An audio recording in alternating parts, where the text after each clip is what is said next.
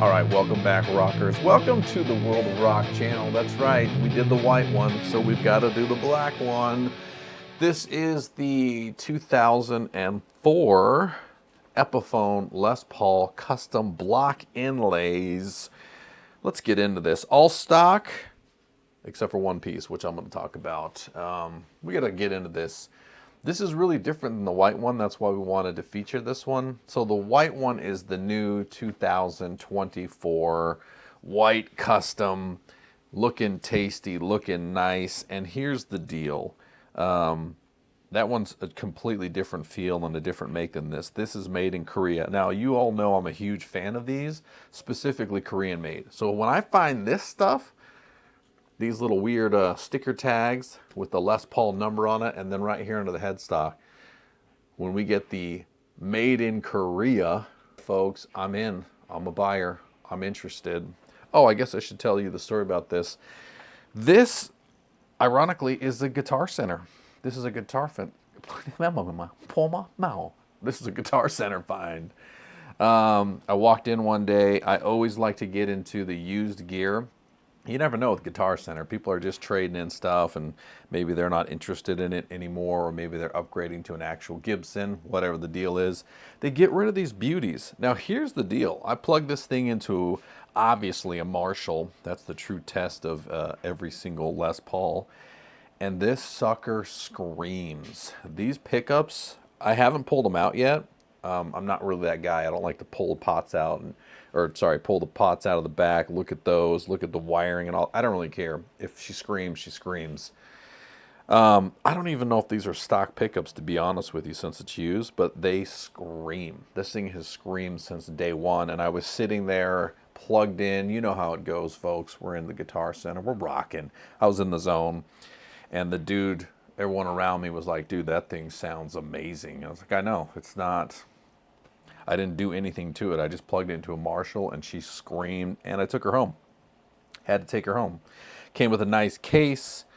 Amazing condition. There's not really a lot of dings or scratches on it at all. I took off obviously the pick guard.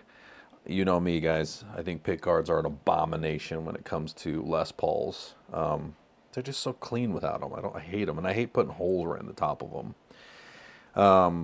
So yeah, busted that off, but everything else just kind of left it as is, ready to go, ready to rock. So I paid just under $600 for this thing.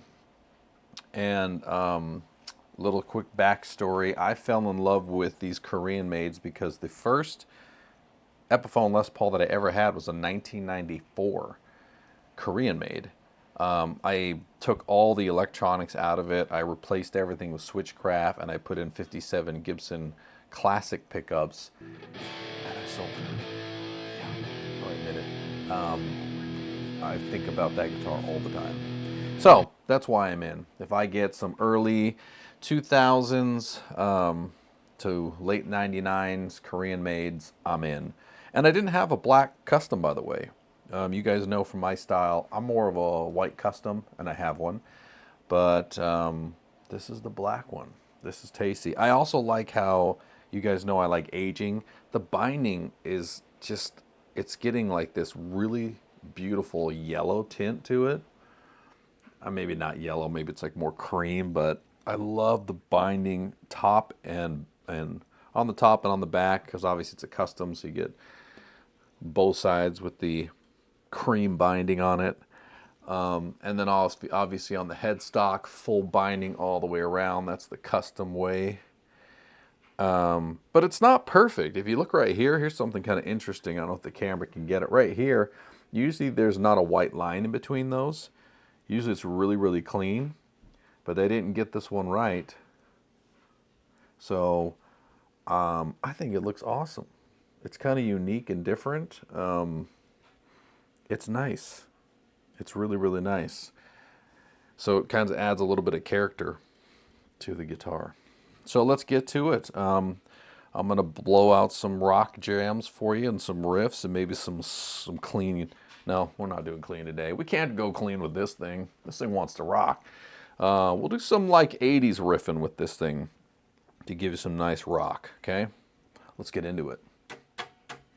All right, so as you know, we're going to be rocking through the Fender. I know I said we got a rock. We got plenty of Marshalls here, but just what sounds better on the recordings, we're sticking with the Fender GT100 for all of our sounds today. I am going to run through a Boss pedal, a Line 6 for a backtrack to play along with, but everything that you're going to hear from this bad boy is coming out of that Fender to get you some nice crunch sounds. So just so you know, let's start with the treble pickup for some of the rock.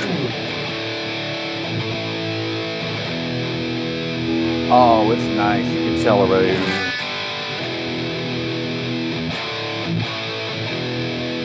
You know, it almost makes me wanna.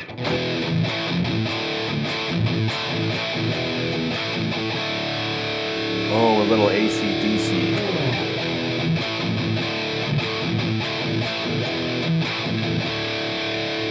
Well, it's a dog eat down. He got you. Friendly rounds. You know the jam. I can't play too much.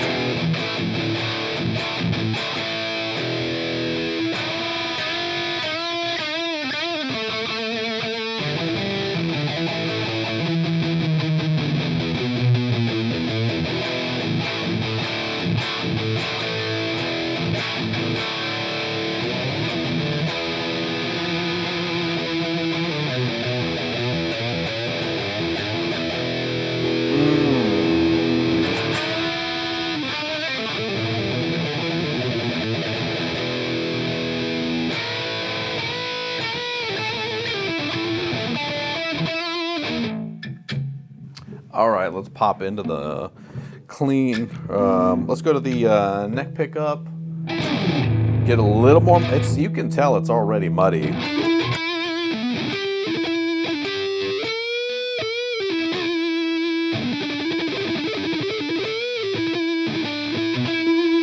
Listen to that.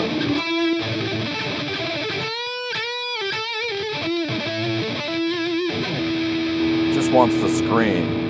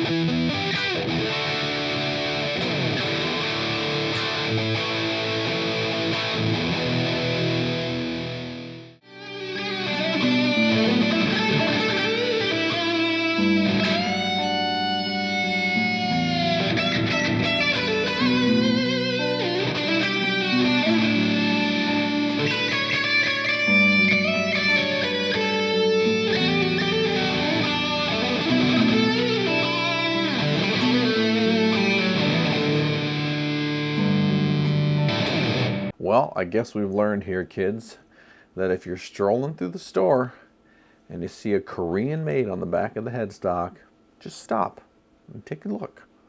It's in a book, and you might find something you like. You can rent it. Just kidding.